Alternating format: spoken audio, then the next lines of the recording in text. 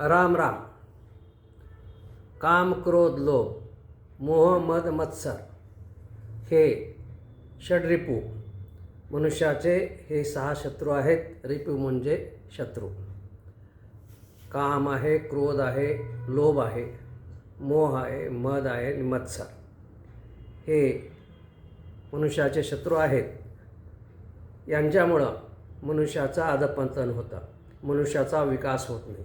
पण याच्यापेक्षा पण आणखीन एक मोठा शत्रू आहे मनुष्याचा, तो म्हणजे अहंकार.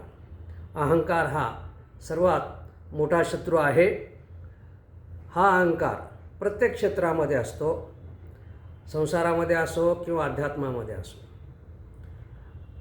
कर्मयोगी असो, भक्तियोगी असो किंवा ज्ञानयोगी असो, सर्व ठिकाणी हा अहंकार भरून राहिलेला आहे. आणि हा अहंकार मनुष्याला पतनाला कार होतो.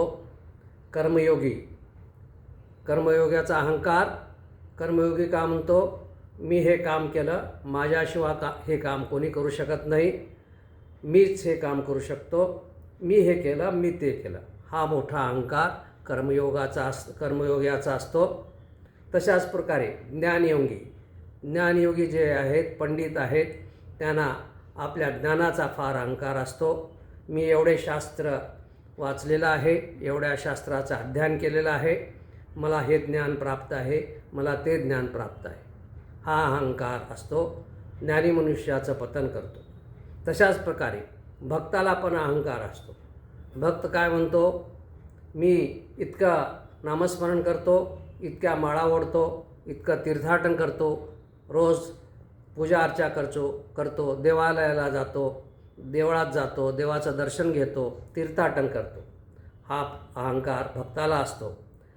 हा अहंकार जर काढायचा असेल, काढून टाकायचा असेल, तर एकच मार्ग आहे की भगवंताला संपूर्ण शरण. भगवंताला शरण जायचं म्हणजे हा अहंकार निघून जातो.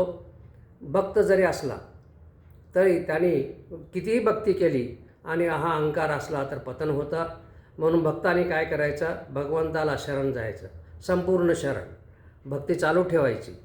जोपर्यंत आपण भगवंताला शरण जात नाही तोपर्यंत हा अहंकार निघत नाही. म्हणून अहंकारा घालायचा असेल तर भक्तीबरोबर हा शरणागती पत्करायला पाहिजे. म्हणजे हा अहंकार निघून जातो आणि भक्ताचं आणि मनुष्याचं कल्याण होतं. जय सियाराम.